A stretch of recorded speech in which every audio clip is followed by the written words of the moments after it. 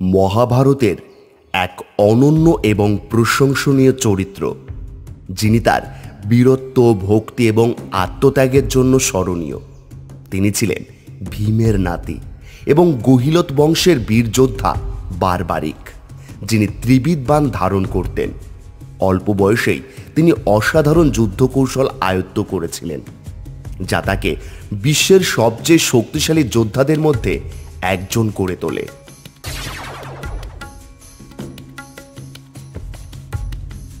পাণ্ডব পুত্র ভীম ও রাক্ষস কন্যা হিড়িম্বার পুত্র ঘটোৎকচ ছিলেন এক অতুলনীয় পরাক্রমী যোদ্ধা। তিনি রাজগৃহে রাজত্ব করতেন এবং বহু যুদ্ধ জয়ে কীর্তিমান হয়েছিলেন। একদিন এক যুদ্ধ শেষে তিনি গুজরাটের মোরবি রাজ্যের দিকে গমন করেন, যেখানে তার সাক্ষাৎ হয় এক অপূর্ব সুন্দরী রাজকন্যা মোরবির সঙ্গে। তারপর তাদের দুজনের বিবাহ হয়। বিবাহের কিছুকাল পর মোরবির গর্ভে জন্ম নেন এক অলৌকিক শিশু, যার জন্মের সময়ই তার কপালে উজ্জ্বল চিহ্ন ফুটে ওঠে এবং চারিদিকে এক দেবীয় আভা ছড়িয়ে পড়ে। শিশুর জন্মলগ্নে আকাশ থেকে এক অদৃশ্য স্বর ভেসে এলো, এই বালক একদিন মহাযোদ্ধা হবে, তার শক্তি হবে অপরিসীম, তবে তার ভাগ্যে এক মহা আত্মত্যাগ লেখা রয়েছে। প্রিয় মোরবি, আমাদের পুত্রের জন্ম হয়েছে। দেখো কেমন দীপ্তি ছড়াচ্ছে ওর চোখে। রাজন, আপনার পুত্র সাধারণ শিশু নন। আমি তার কপালে এক বিরল লিপির চিহ্ন দেখেছি। এটা দেবশক্তির প্রতীক। তবে কি ওর ভবিষ্যৎ দেবতার আশীর্বাদে নির্ধারিত? সে শুধু এক মহাযোদ্ধা হবে না, বরং তার শক্তির ভারসাম্য রক্ষার জন্য স্বয়ং ঈশ্বর তাকে পথ দেখাবেন। আপনি আমার পুত্রের নাম নির্ধারণ করুন। বারবারিক, যার অর্থ যিনি অসীম শক্তিধর তবুও বিনয়ী।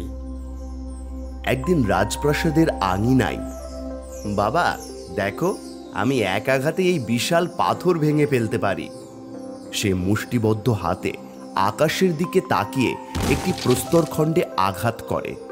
মুহূর্তের মধ্যে সেটি চূর্ণ বিচূর্ণ হয়ে যায়, চারপাশে ধুলোর ঝড় বয়ে যায়। এই বালকের শক্তি তো আমার থেকেও বহু গুণ বেশি। সে যদি নিজের শক্তি নিয়ন্ত্রণ করতে না পারে, তবে একদিন এটাই তার অভিশাপ হয়ে দাঁড়াবে। দিন যেতে লাগলো, বারবারিকের শক্তি আরো ভয়ঙ্কর হতে থাকলো। রাজগৃহের সেনারা পর্যন্ত তাকে নিয়ন্ত্রণ করতে পারছিল না। একবার এক খেলার ছলে সে রাজপ্রাসাদের এক স্তম্ভ ভেঙে ফেলে, যা দেখে রাজগুরু ও ঘটোৎকচ গভীর চিন্তায় পড়ে যান। রাজন, বারবারিকের শক্তি সীমাহীন, কিন্তু তার কোনো নিয়ন্ত্রণ নেই। যদি তাকে সঠিক পথ না দেখানো হয়, তবে সে একদিন ধ্বংসের কারণ হয়ে উঠতে পারে। তাহলে এখন কি করণীয়?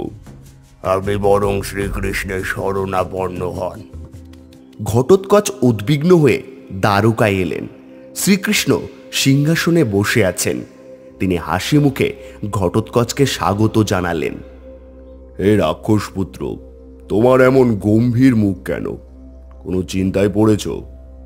মাধব, আমি গভীর সংকটে রয়েছি। আমার পুত্র বারবারিক জন্ম থেকে অসীম শক্তিধর। তার মধ্যে এমন এক অস্ত্রের শক্তি আছে যা নিয়ন্ত্রণ করা অসম্ভব। সে যদি নিজেকে সংযত করতে না পারে, তবে এই শক্তি ধ্বংস ডেকে আনবে। আর বারবারিকের মনের বহু প্রশ্ন, যার উত্তর আমার জানার বাইরে। এখন তাই সেই নিয়েই বিচলিত আছি। শ্রীকৃষ্ণ কিছুক্ষণ নীরবে থাকলেন, তারপর বললেন, যদি সে এখনই তার শক্তি নিয়ন্ত্রণ করতে না পারে, তবে তাকে সত্যিকারের শিক্ষার প্রয়োজন। পুত্র বারবারিক, তুমি আমার কাছে ততটাই প্রিয় যতটা প্রিয় তোমার পিতা ঘটোৎকচ, এবং তোমার পিতামহ ভীম। আর তোমার সকল প্রশ্নের উত্তর তোমাকে দিতে পারে ঋষি বিজয় কৃষ্ণ। তাই তুমি তার কাছে শিক্ষা গ্রহণ করলে প্রকৃত শিক্ষা অর্জন করতে পারবে। ঘটোৎকচ, তুমি বারবারিককে ঋষি বিজয় কৃষ্ণের কাছে পাঠাও। তিনি শুধু অস্ত্রবিদ্যা নয়, আত্মশুদ্ধির পথও দেখাতে পারেন। আপনি নিশ্চিত যে ঋষি বিজয় কৃষ্ণ তাকে সঠিক পথে চালিত করতে পারবেন? নিশ্চয়ই, কারণ শক্তির প্রকৃত অর্থ বোঝার জন্য শুধু যুদ্ধবিদ্যা নয়, আত্মোপলব্ধিও প্রয়োজন। ঘটোৎকচ সম্মতি জানালেন। ঘটোৎকচ বারবারিককে ঋষি বিজয় কৃষ্ণের কাছে পাঠালেন। আশ্রমে পৌঁছে বারবারিক গুরুদেবের সামনে প্রণাম করলেন। হে ভীমপুত্র, কি হেতু এখানে আগমন? আমার পুত্রের সঠিক শিক্ষার প্রয়োজন, আর আপনি তাকে সঠিক শিক্ষা দিতে সক্ষম। তার মনে বহু প্রশ্ন, যার উত্তর আমাদের কারোর কাছেই নেই, আর তার শক্তি নিয়ন্ত্রণের শিক্ষাও প্রয়োজন। তাই আমি আজ থেকে আমার পুত্রকে আপনার কাছে রেখে গেলাম। বেশ, তবে তাই হোক। বারবারিক, তুমি কি চাও? গুরুদেব, আমি চাই এমন শক্তি যাতে একাই যে কোনো যুদ্ধের ভাগ্য নির্ধারণ করতে পারি। শুধু শক্তি কি যুদ্ধে জেতার মূল চাবিকাঠি? অবশ্যই, শক্তি ছাড়া কি জয় সম্ভব? একজন সত্যিকারের যোদ্ধার শক্তির পাশাপাশি জ্ঞান, সংযম এবং বিচক্ষণতার প্রয়োজন হয়। যদি তোমার শক্তি নিয়ন্ত্রণ করতে না পারো, তবে সেটাই তোমার পতনের কারণ হবে। এরপর তিনি তাকে নানা শাস্ত্র, ধ্যান এবং অস্ত্রবিদ্যায় পারদর্শী করে তুললেন। বহু বছর ধরে শিক্ষা গ্রহণের পর বারবারিক সব শিখে নিল।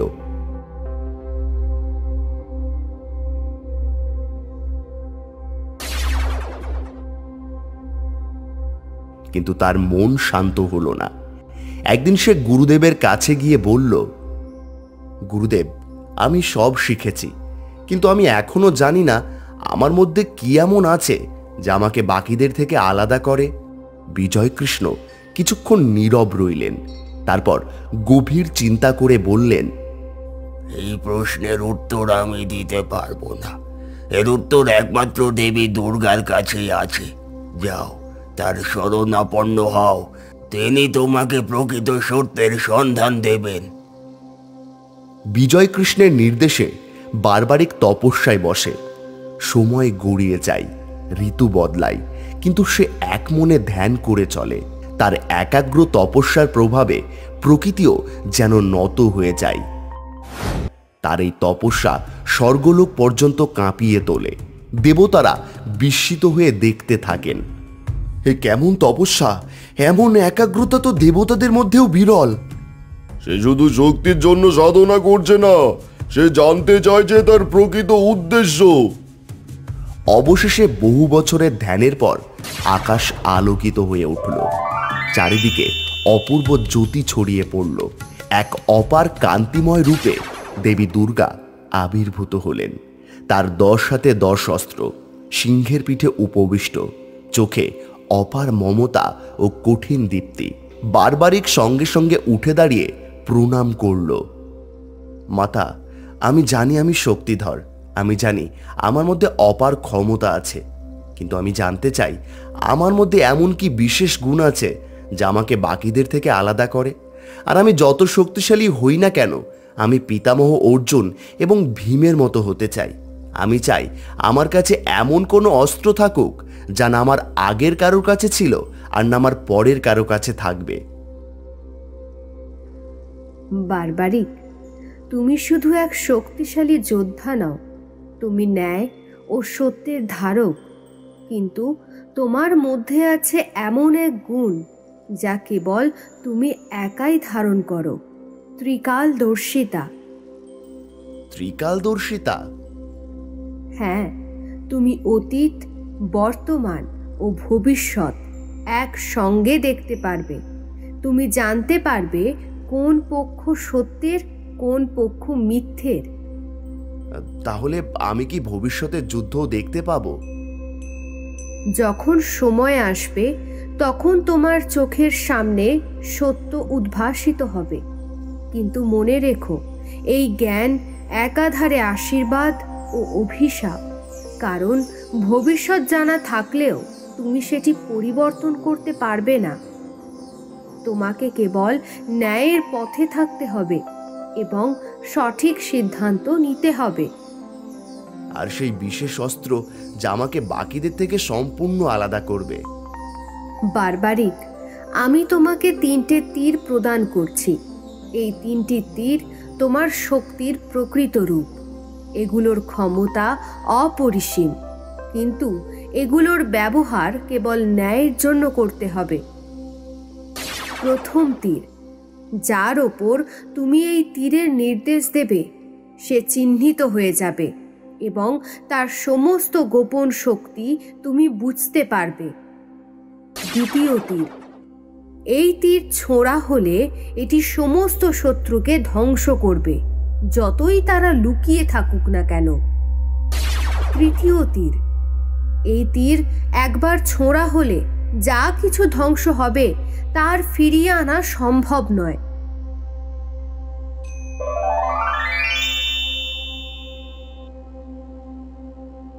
এই 3টি তীর তোমার সত্যিকারের ক্ষমতা। এগুলো শুধু শক্তির প্রতীক নয়, এগুলো ন্যায়ের অস্ত্র। মনে রেখো, এই তীরের ব্যবহার তুমি কখনো অন্যায়ের জন্য করতে পারবে না। যদি কখনো অন্যায় পথ বেছে নাও, এই তীর তোমার নিজের দিকেই ফিরে আসবে। বারবারিক দেবীর চরণে লুটিয়ে পড়ল। মাতা, আমি প্রতিজ্ঞা করছি, আমি কেবল ন্যায়ের পথে থাকব। যদি কখনো অন্যায়ের পক্ষে যাই, তাহলে যেন এই তীরই আমায় ধ্বংস করে দেয়। দেবী দুর্গা আশীর্বাদ করে বললেন, তোমার পরীক্ষা আসতে বেশি দেরি নেই। সেই যুদ্ধ আসবে যেখানে তোমাকে সঠিক সিদ্ধান্ত নিতে হবে। প্রস্তুত হও বারবারিক। এই বলে দেবী দুর্গা অন্তর্ধান করলেন। বারবারিক তীর ধারণ করে নতুন শক্তিতে পূর্ণ হয়ে বাড়ি ফিরল। তার চিন্তায় এক অদ্ভুত শক্তি, এক গভীর দায়বদ্ধতা ভর করেছে। তার তীর, তার ক্ষমতা, তার ত্রিকালদর্শিতা সবকিছু যেন তার কাঁধে এক বিশাল দায়িত্ব চাপিয়ে দিয়েছে। ঘটোৎকচের রাজপ্রাসাদে পৌঁছানোর পর সে ঘটনাক্রমে জানতে পারল এক দুর্ভাগ্যজনক ঘটনা ঘটতে চলেছে। বারবারিক, তুমি ফিরে এসেছো, কিন্তু শোনো, আমাদের রাজ্যে যুদ্ধের মেঘ দেখা যাচ্ছে। বহু রাজা একত্রিত হয়ে আমাদের বিরুদ্ধে সম্মিলিত হয়েছেন। এটা শুধুমাত্র সামরিক শক্তির পরীক্ষা নয়, এটা আমাদের ন্যায়েরও পরীক্ষা। যুদ্ধ আসছে পিতা, তবে আমার শক্তি শুধু শত্রুদের ধ্বংস করাই নয়, আমার কাজ হলো ন্যায়ের পক্ষ নিতে। আমি জানি আমার তীর শুধু শক্তির প্রতীক নয়, এটা সঠিক সিদ্ধান্ত গ্রহণেরও অস্ত্র। ঘটোৎকচ কিছুটা আশ্বস্ত হয়ে বললেন, তবে তুমি কি জানো, রাজা কর্ণের বাহিনী খুবই শক্তিশালী। তারা সুদূর মথুরা থেকে শঙ্খচূড় সমুদ্র পারের শক্তিধর রাজাদের সমর্থন পাচ্ছে। আমাদের পক্ষে এটা খুবই কঠিন হবে। আমার তীর বলবে কে সত্য কে মিথ্যা। আমি জানি এই যুদ্ধে আমাদের শুধুমাত্র অস্ত্রের শক্তিতে নয়, হৃদয়ের সত্যতাতেই জয়ী করতে হবে। কুরুক্ষেত্রে যুদ্ধে যাওয়ার ঠিক আগের মুহূর্ত বারবারিক তার মায়ের কাছে যায়। মাতা, আমি কুরুক্ষেত্রের যুদ্ধের উদ্দেশ্যে যাত্রা শুরু করব। আপনি আমাকে আশীর্বাদ করুন যাতে আমি জয়ী হয়ে ফিরতে পারি। আশীর্বাদ করছি, তবে তুমি আমাকে কথা দাও যে তুমি সব সময় দুর্বল পক্ষের হয়ে লড়বে। হ্যাঁ মাতা, আমি আপনাকে কথা দিলাম, আমি দুর্বল পক্ষের হয়েই লড়ব। বেশ, জয়ী হয়ে ফেরো পুত্র। শ্রীকৃষ্ণ, অর্জুন, ভীম, যুধিষ্ঠির, সহদেব এবং নকুল একটি ছায়াঘন বৃক্ষের নিচে বসে আলোচনা করছে। কেশব, এই যুদ্ধে আমাদের বিজয় নিশ্চিত, তাই না? অর্জুন, যুদ্ধের ফল কখনো আগে থেকে নিশ্চিত নয়, তবে জানি ধর্মের পক্ষে বিজয়ী সঠিক। যদি আমরা সবাই বলি এই যুদ্ধ কতদিনে শেষ করতে পারি, আমি এই বিষয়ে নিশ্চিত নই। ভ্রাতা অর্জুন, তুমি বলো। আমি একা 28 দিনে এই যুদ্ধ শেষ করতে পারবো। কর্ণ বলেছে সে 24 দিনে এই যুদ্ধ শেষ করতে পারবে। তবে চলো বারবারিকের কাছে যাই।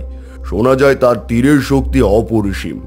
তার এই যুদ্ধ শেষ করতে কতদিন লাগতে পারে সেটা জানতে হবে। পুত্র বারবারিক। প্রণাম হে কেশব। আমাদের বলো, এই কুরুক্ষেত্রের যুদ্ধ কতদিনে শেষ করতে পারবে? মুহূর্তের মধ্যে আমার 3টি তীরই যথেষ্ট। কিভাবে তা ব্যাখ্যা করো। দেবী দুর্গার আশীর্বাদে এই প্রথম তীরে শত্রু চিহ্নিত করব, দ্বিতীয় তীরে তাদের ধ্বংস, আর তৃতীয় তীরে সবকিছু মুছে ফেলা সম্ভব। এই শক্তি বিপজ্জনকও হতে পারে। দুর্যোধন এই 3টি তীরের খবর পেয়ে আসে বারবারিকের কাছে। সে বৃক্ষ সামনে বারবারিককে ধ্যানরত অবস্থায় দেখতে পায়।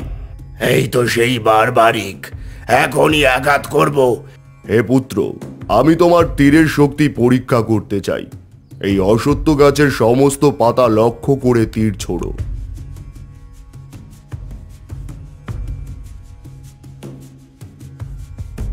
বারবারিক তীর ছোড়ে। শ্রীকৃষ্ণ একটি পাতা নিজের পায়ের নিচে লুকিয়ে রাখে। তীর সোজা শ্রীকৃষ্ণের পায়ের কাছে এসে থামে, তারপর গোপন পাতাটিকেও বিদ্ধ করে। এই তীর গোপন শত্রুকে খুঁজে বের করতে সক্ষম।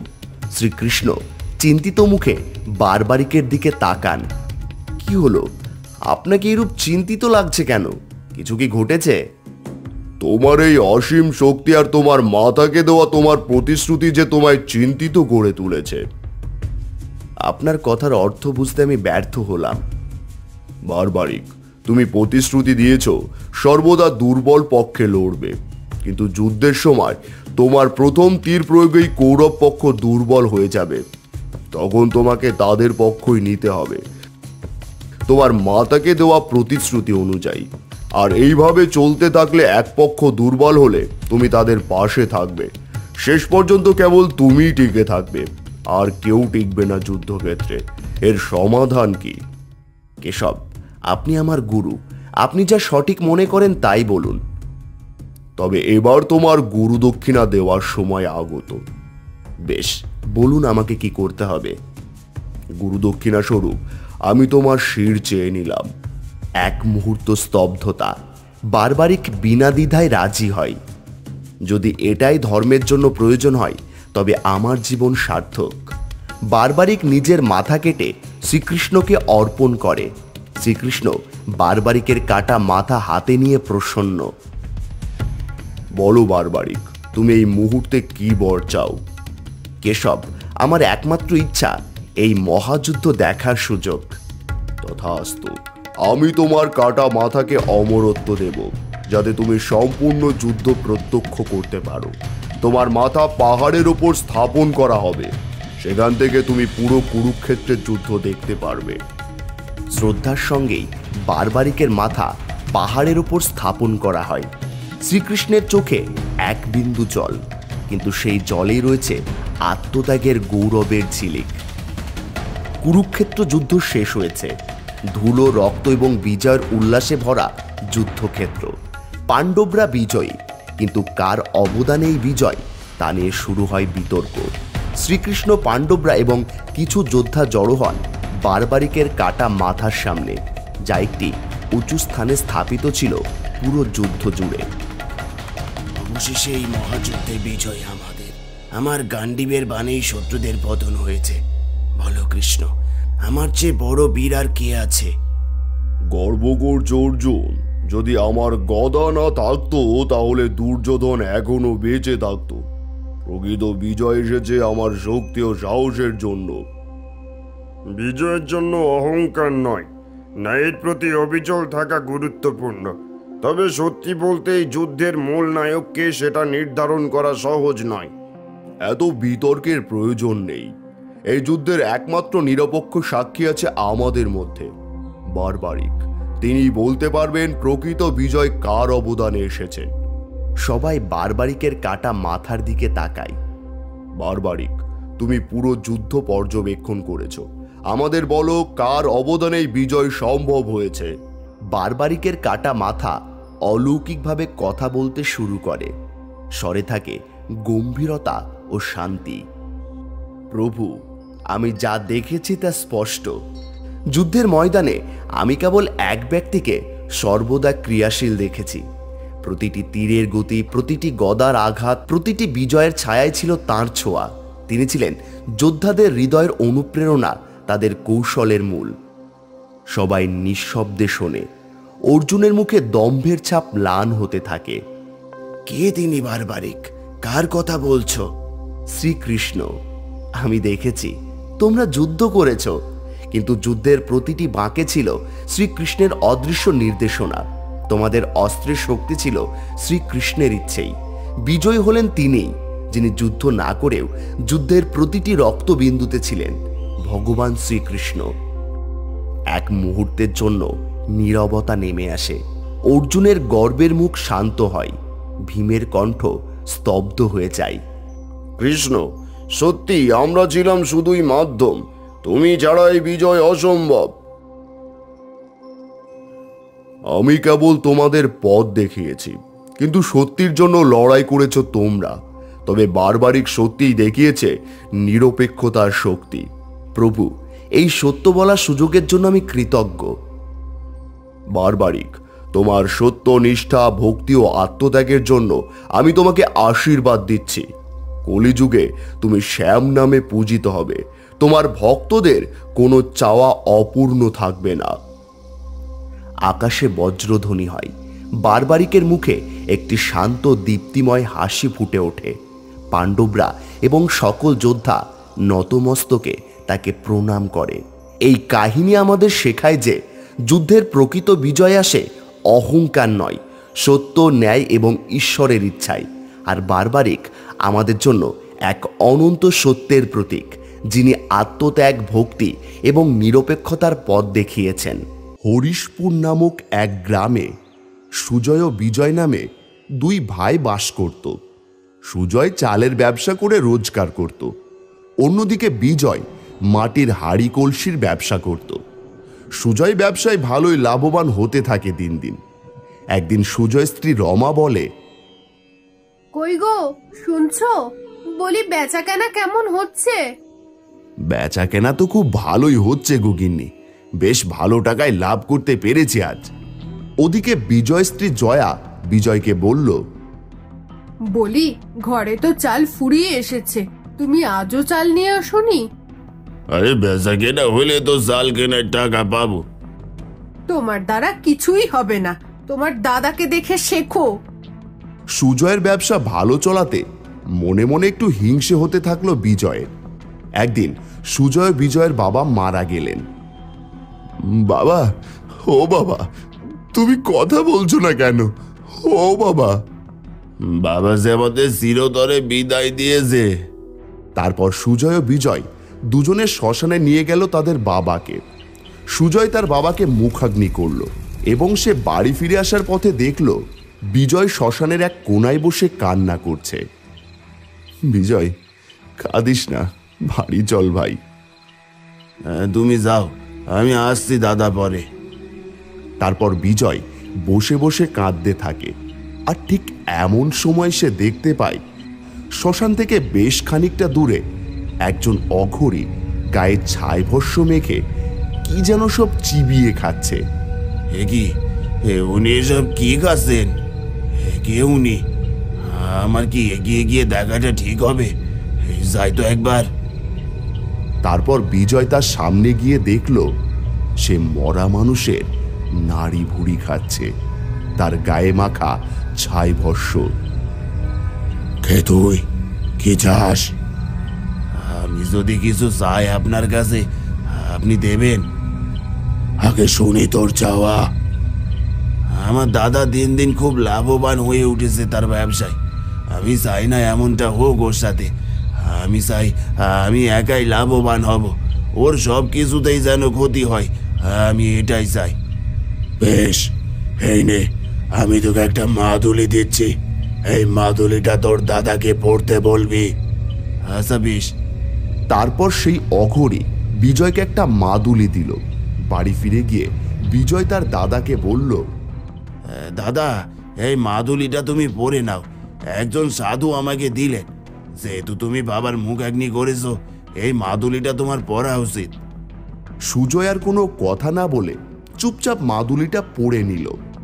আর তারপর থেকেই ঘটতে থাকলো সব কর্মকাণ্ড। একদিন সুজয় স্ত্রী রমা রান্না করে মাছ রান্না করবে, ঠিক এমন সময় সে দেখল কাঁচা মাছের প্লেটটা নেই। এ কি, মাছের প্লেটটা কোথায় গেল?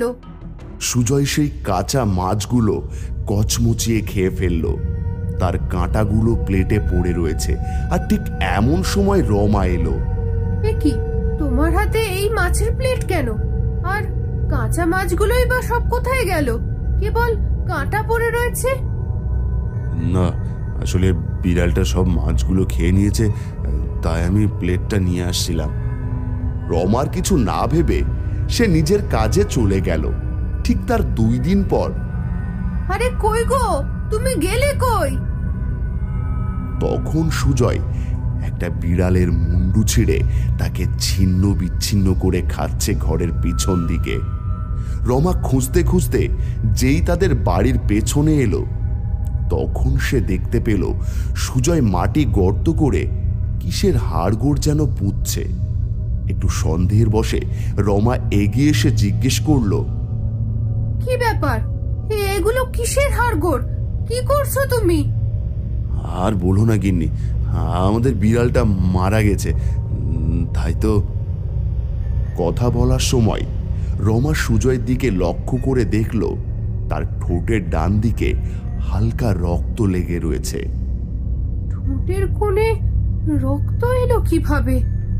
ধীরে ধীরে সুজয়ের সব ব্যবসা নষ্ট হয়ে যেতে থাকে এবং রমার মনেও হালকা সন্দেহ জেগে ওঠে। কি ব্যাপার, তোমার ব্যবসায় কি কোনো মন নেই? কি অবস্থা হয়েছে বলো তো এই সংসারের? বেশ হয়েছে, আমিও তো এটাই চেয়েছিলাম মনে মনে। ওদিকে রমা রান্না করতে করতে সুজয়কে বলছিল কথাগুলো। আর ঠিক এমন সময় সুজয় কাঠের উনুনের ভেতর থেকে জ্বলন্ত আগুন নিয়ে ছুড়ে দিতে থাকলো রমার দিকে। সুজয়ের চোখগুলো যেন পুরো লাল হয়ে উঠেছে। ভয়ঙ্কর লাগছে তাকে দেখতে। হে কি, কি হয়েছে তোমার? না, আমার তো সুবিধার লাগছে না। রমা দৌড়ে গিয়ে তার মাকে ফোন করলো। ফোন করে রমা তার মাকে সবকিছু জানালো।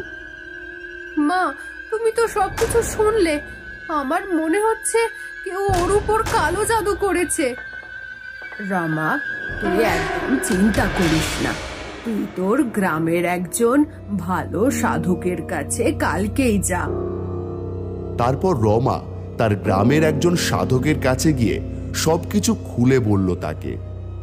বুঝেছি, তোর কথা অনুযায়ী আমার মনে হচ্ছে কেউ ওর ক্ষতি করতে চাইছে, ওর ওপর কালো জাদু করেছে। আচ্ছা, তুই আমাকে একটা কথা বলতো, এই ঘটনায় কবে থেকে শুরু হয়েছে? আজ প্রায় 1.5 মাস হতে চললো। এই ঘটনার আগে তোর স্বামীকে কি কেউ কিছু খাইয়েছিল বা কিছু দিয়েছিল?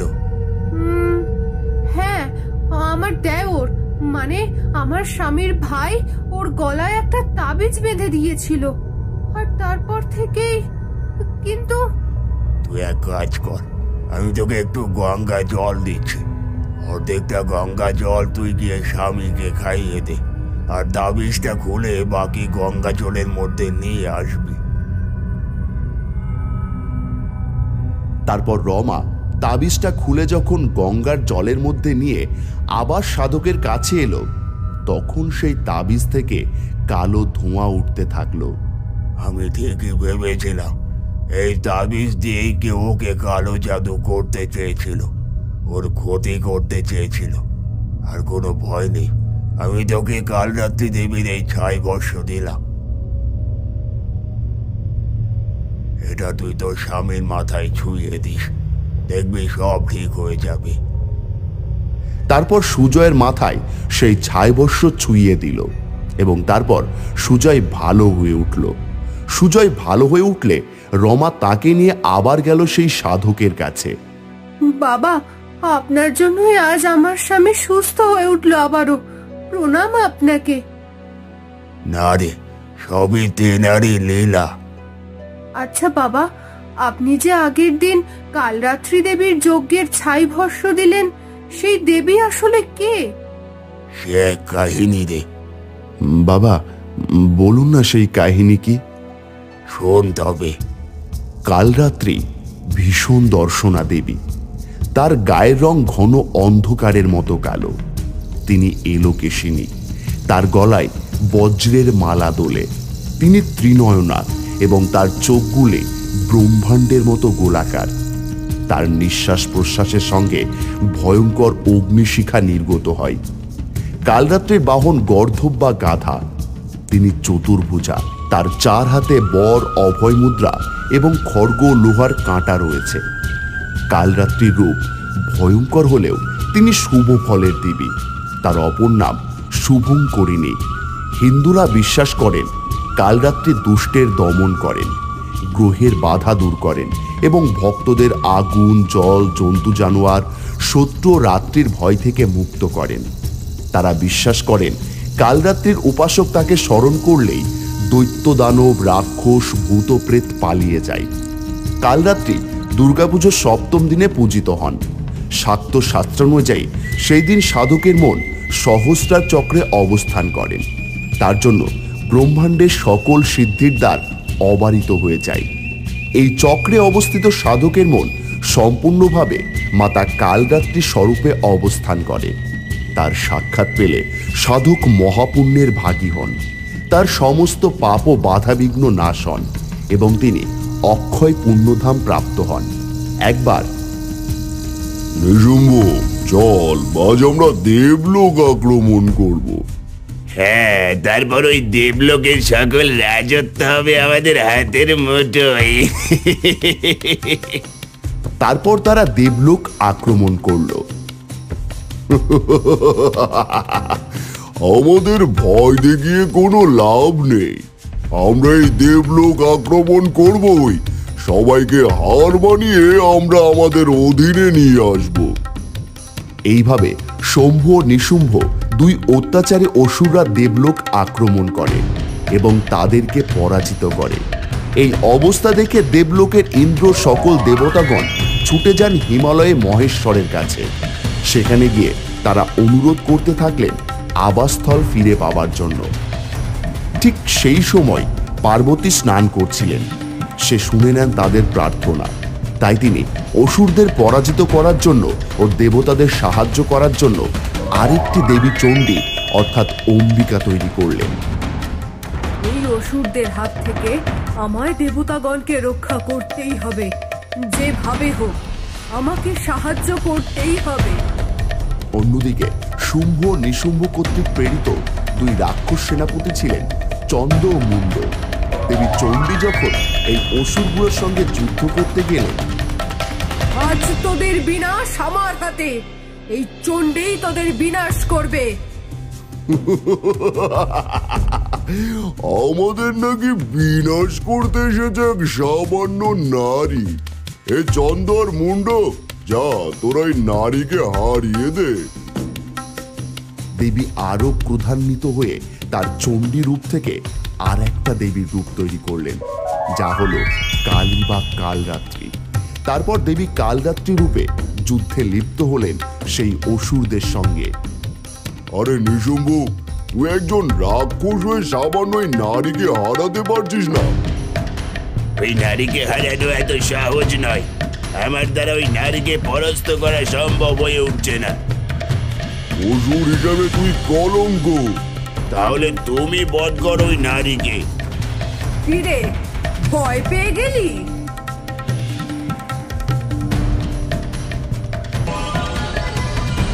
নিশুম্ভ, আমার দ্বারা এই নারীকে বধ করা সম্ভব নয়।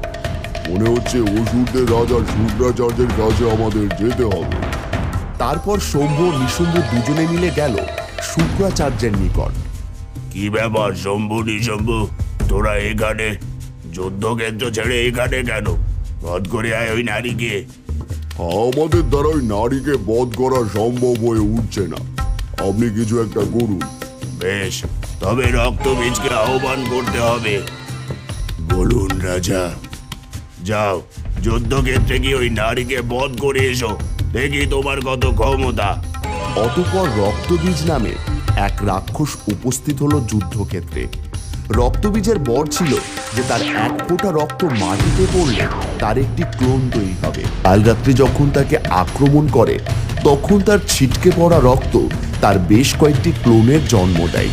ফলে তাকে হারানো অসম্ভব হয়ে পড়ে।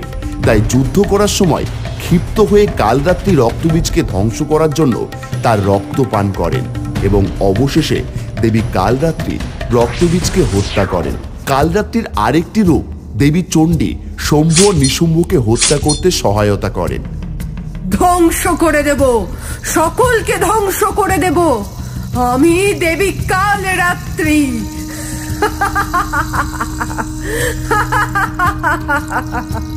দেবী কালরাত্রি এতটাই হিংস্র ধ্বংসাত্মক হয়ে ওঠে যে তার সামনে যে আসে সে তাকেই হত্যা করতে থাকে।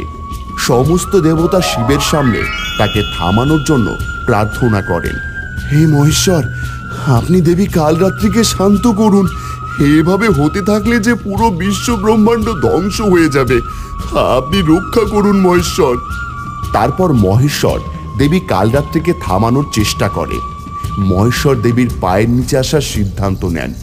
দেবী যখন সবাইকে হত্যা করতে নিযুক্ত ছিলেন তখন মহেশ্বর তার পায়ের নিচে উপস্থিত হলেন।